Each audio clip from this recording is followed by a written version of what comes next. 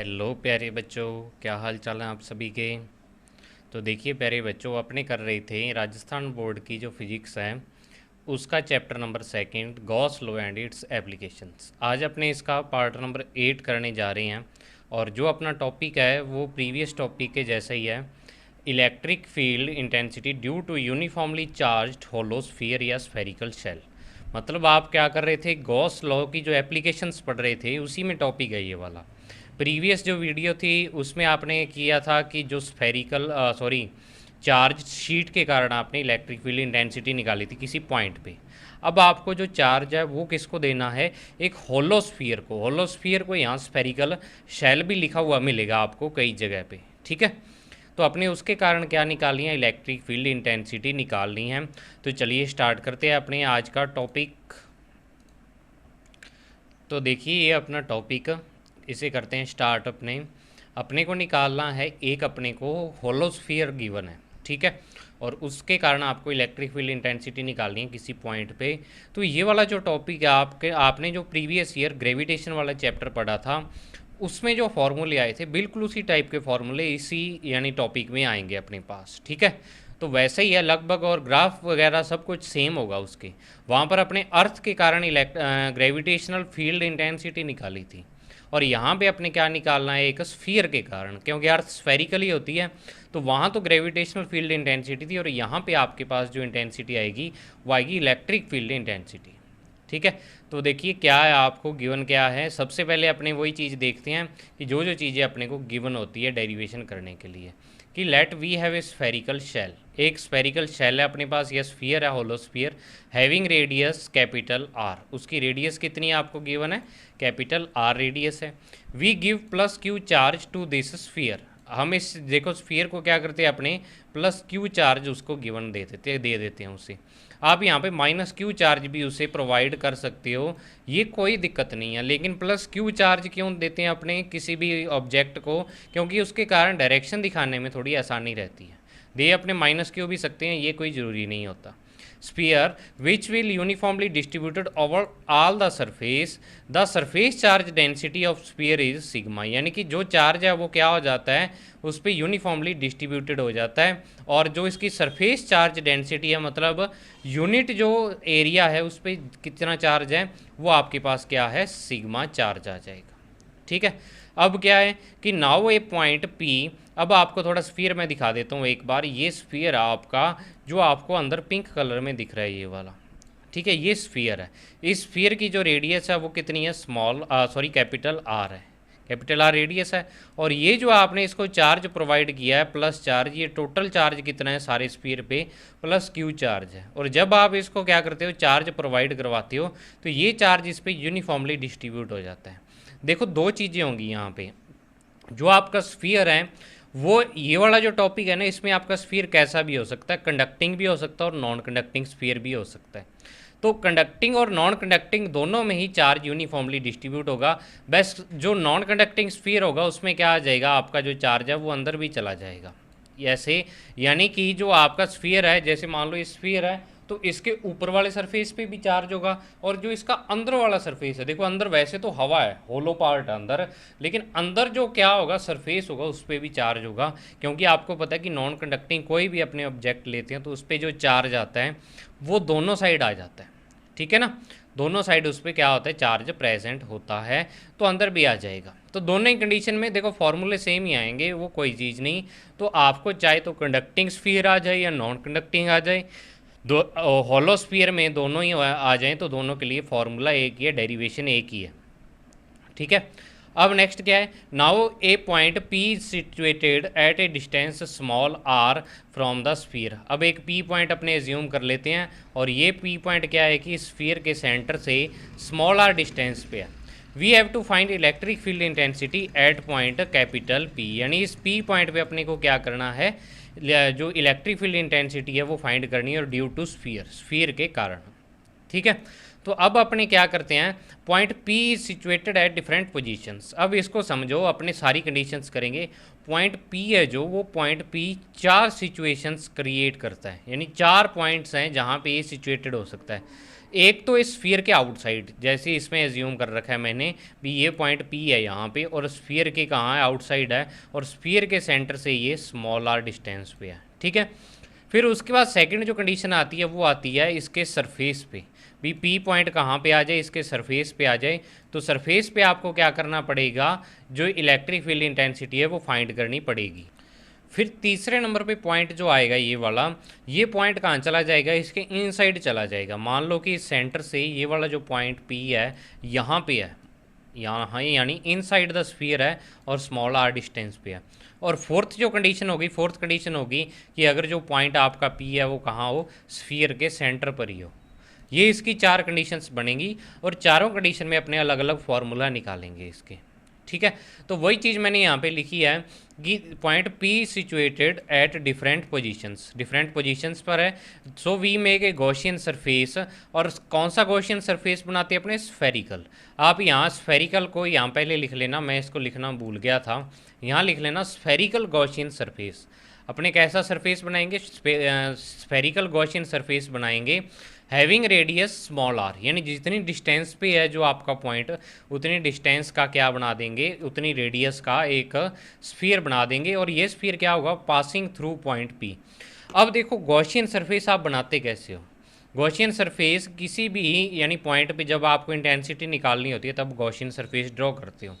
तो Gaussian surface कैसा होगा, गॉसियन सरफेस होता क्या चीज़ है वो देखो आप। नंबर फर्स्ट पे गॉसियन सरफेस जो आपका होता है, जो भी आप गॉसियन सरफेस लेते हो, वो कुछ ना कुछ चार्ज को कवर करना चाहिए। उसके अंदर कुछ ना कुछ क्या होना चाहिए, चार्ज कवर होना चाहिए आपका।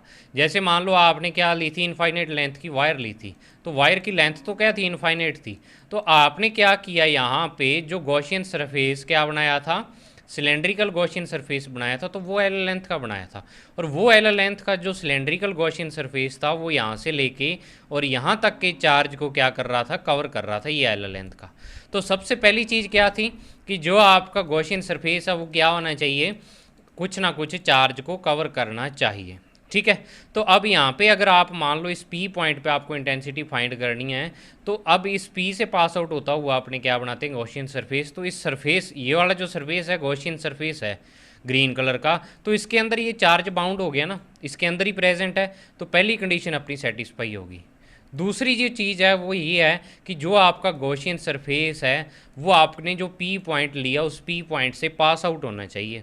हर एक यानी डेरिवेशन में अपने यही किया था, प्रीवियस जो अपनी वीडियो थी उसमें भी अपने क्या लिया था कि ऐसे एक सिलेंड्रिकल गॉसियन सरफेस लिया था, और इस सिलेंड्रिकल गॉसियन सरफेस के यहाँ बिल्कुल यहाँ पे क्या था, P पॉइंट सिचुएटेड था। आप देखना, तो इसके ऊपर क्या होना चाहिए, आपका पॉइंट P होना चाहिए। तो वही चीज़ यहाँ पे है कि इस गॉसियन सरफेस पर ये वाला P पॉइंट है, तो दूसरी कंडीशन सेटिस्फाई होगी। अब तीसरी जो कंडीशन आती है इसमें, वो तीसरी कंडीशन ये होती है कि जो आपका गॉसियन सरफेस है उस पर इलेक्ट्रिक फील्ड इंटेंसिटी यानी E की वैल्यू हर पॉइंट पे सेम होनी चाहिए। ये कंडीशन तीन कंडीशंस होती हैं गॉसियन सरफेस की। तो अब आप देखो भी यहाँ पे अगर मान लो P पॉइंट मैं यहाँ पे लेता हूँ, तो इसकी सेंटर से जो डिस्टेंस होगी वो स्मॉल आर ही रहेगी, क्योंकि रेडियस है, ये वाली भी रेडियस है स्मॉल आर। अब मान लो आप P पॉइंट यहाँ पे ले लेते हो अगर मान लो, तो इस पर भी क्या होगा, जो इसकी डिस्टेंस है वो क्या रहेगी, सेम स्मॉल आर रहेगी। अगर मैं इधर ले लेता हूँ तो इधर भी क्या रहेगी, स्मॉल आर। मतलब हर एक पॉइंट पे डिस्टेंस सेम आ रही है। तो डिस्टेंस सेम आ रही है तो इसका मतलब क्या है, आपके पास जो इलेक्ट्रिक फील्ड इंटेंसिटी यानी E की वैल्यू होगी वो भी क्या होगी, सेम होगी हर एक पॉइंट पे, चाहे यहाँ पे निकालो चाहे यहाँ पे निकालो। मतलब कि जो आपने गॉसियन सरफेस लिया है उसके हर एक पॉइंट पर इलेक्ट्रिक फील्ड इंटेंसिटी की वैल्यू क्या होगी, सेम।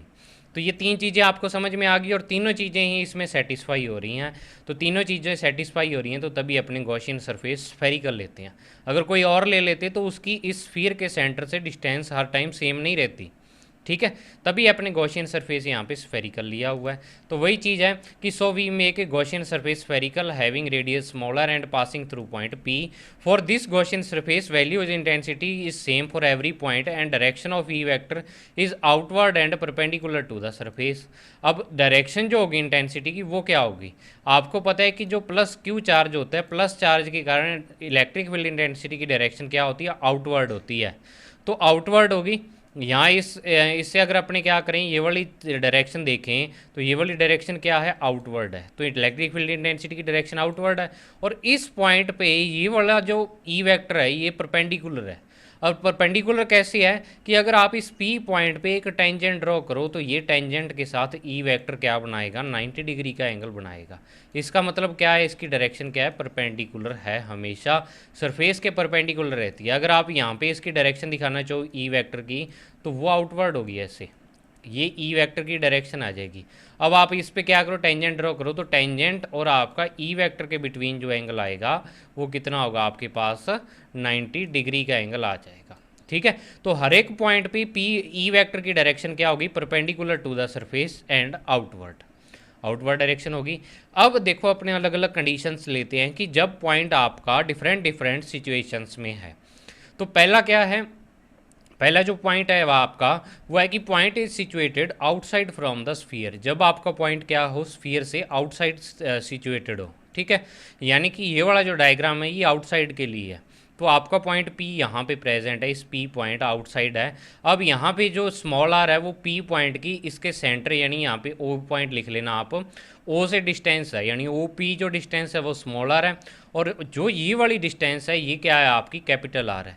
तो यहाँ पे मैंने ये वाला ब्रैकेट के अंदर लिखा हुआ है कि जो कैपिटल R है इस कंडीशन में आउटवर्ड वाली में, वो सॉरी स्मॉल r है जो वो कैपिटल R से क्या होगा, ग्रेटर देन होगा। आपको दिख भी रहा है डायग्राम में, जो मैंने ग्रीन कलर में स्मॉल आर लिखा है वो पिंक वाले कैपिटल आर से क्या है, ग्रेटर देन है।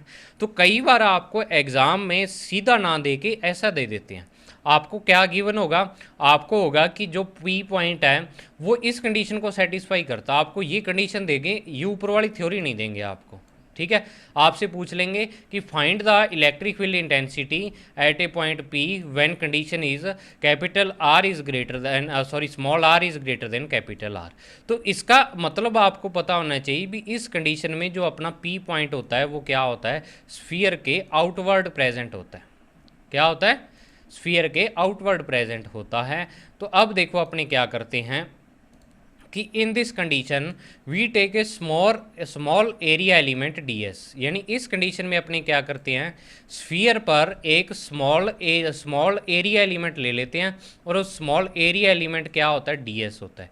यानी स्फीयर पे अपने क्या ले लिया, ये स्मॉल एरिया एलिमेंट ले लिया। ठीक है, on Gaussian surface the direction of area vector ds vector is shown in figure which is perpendicularly outward to the Gaussian surface. यानी कि इस जो आपने ds वेक्टर लिया है इस पर ds वेक्टर की डायरेक्शन भी क्या होगी, परपेंडिकुलरली आउटवर्ड होगी। ds वेक्टर आप यही लेते हो कि सरफेस के क्या लेते हो, परपेंडिकुलर लेते हो। मान लो ये सरफेस है तो इसका ds वेक्टर आप ये लोगे, एरिया वेक्टर जिसको मैंने कहा था। तो एरिया वेक्टर की जो डायरेक्शन होती है वो परपेंडिकुलर आउटवर्ड होती है, और परपेंडिकुलर आउटवर्ड किसकी डायरेक्शन है, यहाँ पे इंटेंसिटी की डायरेक्शन है। तो यानी ई वेक्टर और ds वेक्टर की जो डायरेक्शन है वो क्या होगी, सेम होगी। ठीक है, so flux passing through this element, जो आपने ds एलिमेंट लिया है इससे जो फ्लक्स है वो कितना पास आउट होगा, d phi is equal to E dot D s, ये फ्लक्स का फॉर्मूला है, या फिर इसको E D S cos theta लिखोगे। अब आपको ऊपर पता है कि ई और डी एस की सेम डायरेक्शन है, मतलब एक दूसरे के पैरेलल है ये वाले, तो थीटा यहाँ पे कितना हो जाएगा, 0 डिग्री हो जाएगा, और कोस 0 की वैल्यू होती है 1, तो मतलब कोस थीटा यहाँ पे यानी कोस 0 की वैल्यू क्या आ जाएगी, 1 आ जाएगी। तो आपके पास बचेगा क्या, ओनली ई डी एस बच जाएगा, यानी D phi is equal to E D S. तो D phi is equal to E D S बचा आपके पास। अब आपको टोटल सरफेस से अगर फ्लक्स निकालना है तो टोटल सरफेस से फ्लक्स आपको निकालने के लिए क्या करना पड़ेगा, इसका इंटीग्रेशन करना पड़ेगा डी फाई का। तो डी फाई का जब आप इंटीग्रेशन करते हो तो ये ई डी एस आपका आ जाएगा, कोस थीटा तो वहाँ पे 1 हो गया, और ई आपको क्या करोगे, इस इंटीग्रेशन से बाहर ले आओगे। क्यों लेके आओगे बाहर, क्योंकि value of E is same for all Gaussian surface. सारे जो गॉसियन सरफेस के लिए हर एक पॉइंट पे ई की जो वैल्यू है वो क्या है, इक्वल है। हर पॉइंट पे ई की वैल्यू क्या रहेगी, सेम रहेगी। तो ई अपना यहाँ पे कांस्टेंट आ जाएगा सरफेस के लिए। और देखो अगर आप क्या करो, इस पूरे जो गॉसियन सरफेस है आपका, इस पे एलिमेंट लो, इस पे छोटे छोटे एलिमेंट लेते चलो, ऐसे भी यहाँ पे ले लिया, फिर यहाँ पे ले लिया, फिर यहाँ पे ले लिया, तो पूरा जो आपका डी एस एलिमेंट मिलके क्या बनाएंगे, पूरा स्फीयर बना देंगे। और स्फीयर का जो एरिया होता है वो क्या होता है आपके पास, 4πr²। मतलब ds का जब आप इंटीग्रेशन करोगे तो इसका इंटीग्रेशन क्या हो जाएगा, 4πr²। देखो स्फीयर आपका 3D में होता है, तो आप ऊपर एलिमेंट लो, फिर इधर लो, फिर इधर लो, ऐसे करके लेते चलो सारी साइड, पूरा स्फीयर बन जाएगा। तो पूरे स्फीयर का जो ये वाला एरिया होगा, कवर किया हुआ एरिया, वो क्या एरिया होता है, उसका सरफेस एरिया होता है। ठीक है, तो जो आपका स्फीयर होता है, स्फीयर का जो कंप्लीट सरफेस एरिया होता है वो कितना लेते हैं, 4πr²। यहाँ पे जो मैंने लिख भी रखा है, मेंशन कर रखा है कि ds का integration 4πr², area of spherical Gaussian surface. जो गॉसियन सरफेस आपने लिया हुआ उसका एरिया ये। तो अब देखो गॉस लॉ लगाएंगे। गॉस लॉ के according phi is equal to क्या होता है, sigma Q upon epsilon naught. तो sigma Q upon epsilon naught है, तो सिग्मा क्यू की वैल्यू अपने पास क्या आ गई, देखो क्या आ गई, सिग्मा क्यू की वैल्यू प्लस क्यू है। क्योंकि देखो सिग्मा क्यू होता क्या है, पहले ये देखो, सिग्मा क्यू आपके पास होता है कि जो आपने गॉसियन सरफेस लिया हुआ है उसमें बाउंड चार्ज कितना है।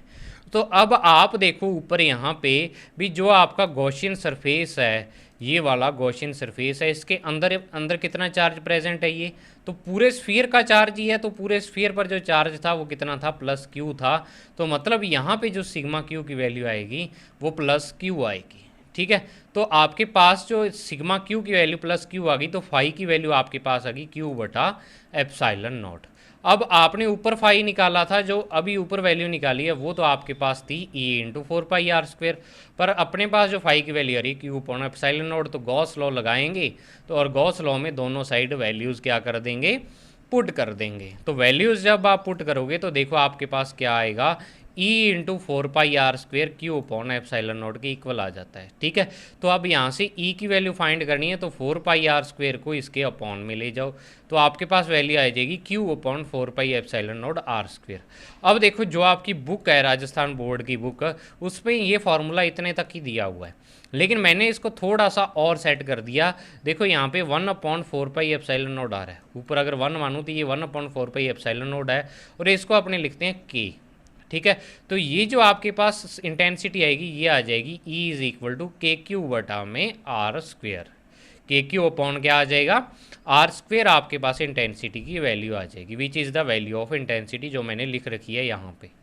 तो आपके पास आउटसाइड किसी भी पॉइंट के लिए आ गया। देखो किया कुछ नहीं है, इसको ऐसे मत समझो भाई सर ये तो इतना बड़ा डेरिवेशन हो गया।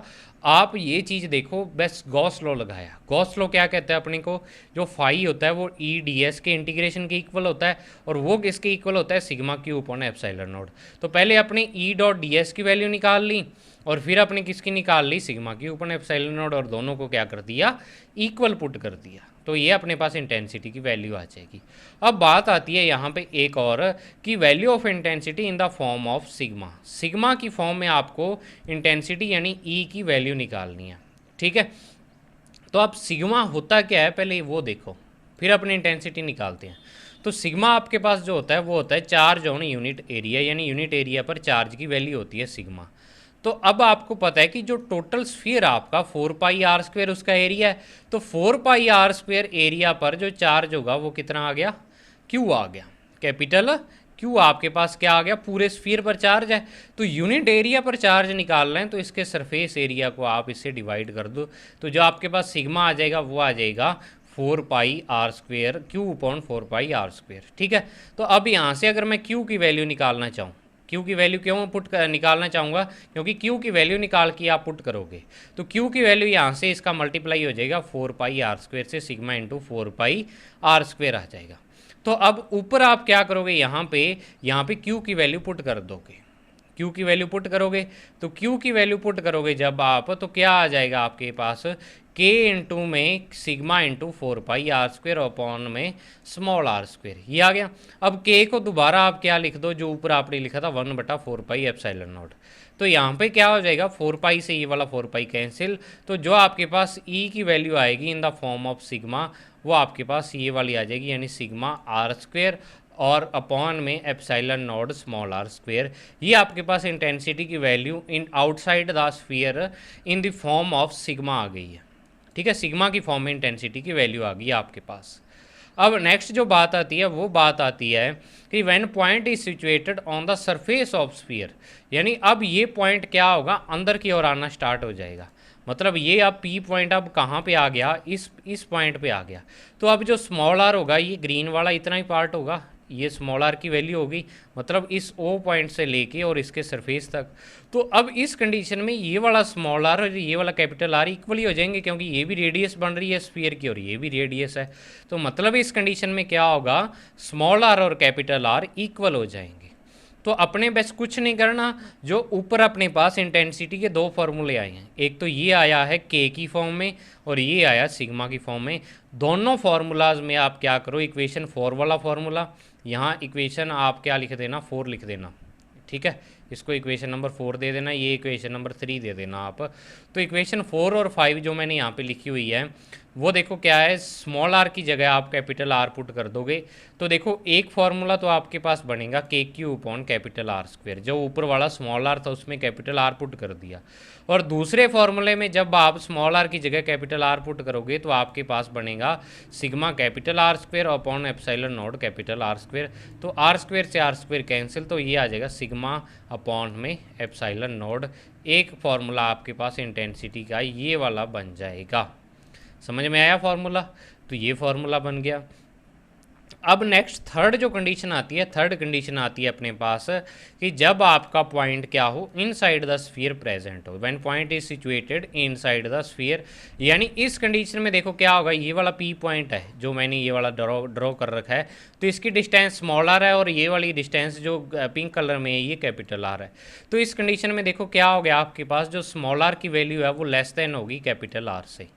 तो अपने क्या करेंगे, वही चीज़ जो हमेशा करते हैं कि to find the value of intensity at point P inside the sphere we draw a spherical Gaussian surface having radius small r. अपने क्या करते हैं कि एक स्फीयर ड्रॉ कर लेते हैं जो पी से पास आउट होता हो और क्या हो, स्मॉल आर रेडियस का हो। ये गॉसियन सरफेस हो गया अंदर। तो अब मुझे ये बताओ कि इस गॉसियन सरफेस के इनसाइड कोई चार्ज प्रेजेंट है क्या?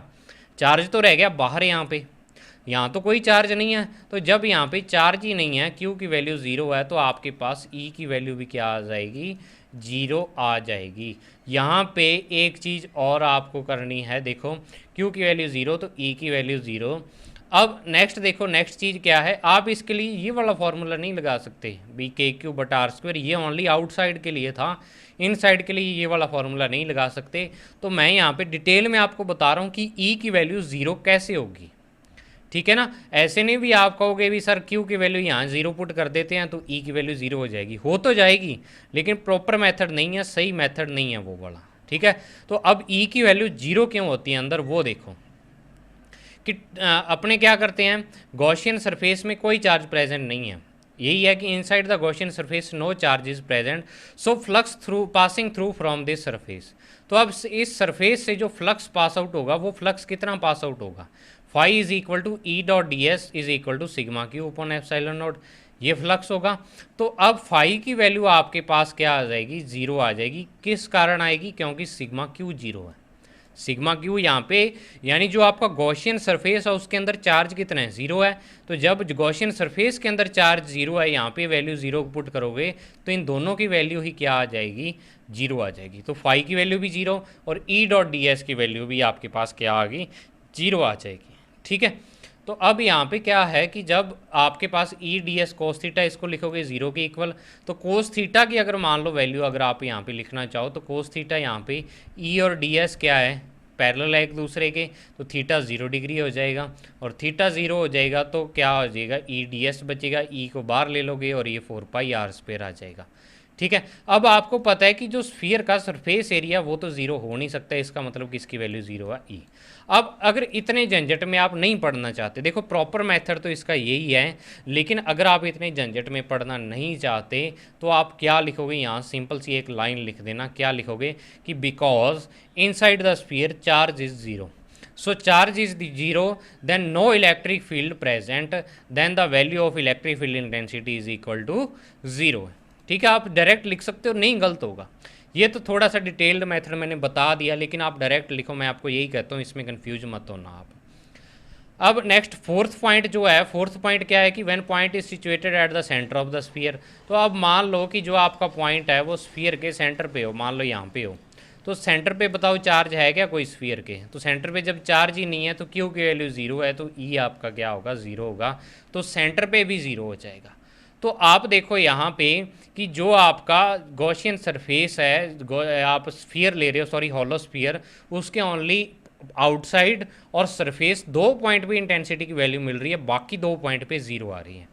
तो अब अपने ग्राफ ड्रॉ करते हैं इनके बीच। तो आपको पता होनी चाहिए सारी वैल्यूज़, फिर क्या होता है ग्राफ इजीली ड्रॉ हो जाता है। अब देखो आप यहाँ पे क्या करोगे, देखो ग्राफ ड्रॉ करने के लिए ई और आर के बिटवीन ग्राफ ड्रॉ करते हैं अपने, ई और आर के बिटवीन। तो देखो ये वाला जो पॉइंट है, ये वाला पॉइंट कौन सा होगा, r is equal to zero वाला होगा, क्योंकि इस पॉइंट पे ये आप पॉइंट क्या लेते हो, ओरिजिन ले लेते हो। तो ओरिजिन पे क्या होता है, R is equal to zero होता है। तो जब आर जीरो है तो आपके पास, आपको पता है कि सेंटर पे इंटेंसिटी की वैल्यू भी ज़ीरो है, तो मतलब ई पॉइंट भी यहाँ पे आएगा। तो ये आपका ग्राफ का पॉइंट यहाँ पे। अब इनसाइड ई ज़ीरो ही रहेगा, चाहे आप आर की वैल्यू कितनी कर लो। मान लो आप पॉइंट जहाँ मर्जी ले लो, ये वाला है, तो आप चाहे तो पॉइंट यहाँ पे ले लो, चाहे पॉइंट यहाँ पे ले लो, चाहे यहाँ पे ले लो, चाहे यहाँ पे ले लो, अंदर चाहे जितनी मर्जी डिस्टेंस पे पॉइंट ले लो, स्मॉल आर की वैल्यू जितनी मर्जी कर लो, जो आपके पास ई की वैल्यू आएगी वो ज़ीरो ही आएगी। तो तभी यहाँ पे कोई ग्राफ ड्रॉ नहीं हुआ, जब ई जीरो है यहाँ पे। अब बात आती है जब सरफेस पे अपने आ जाते हैं, सरफेस पे आते हैं, तो सरफेस पे ई की वैल्यू हाईएस्ट होगी, और वो ई की वैल्यू ये वाली हो जाएगी, ठीक है। और ये कितनी होगी, K Q upon R square. और सरफेस से जब आप आउटसाइड आते हो तो K Q upon small R square.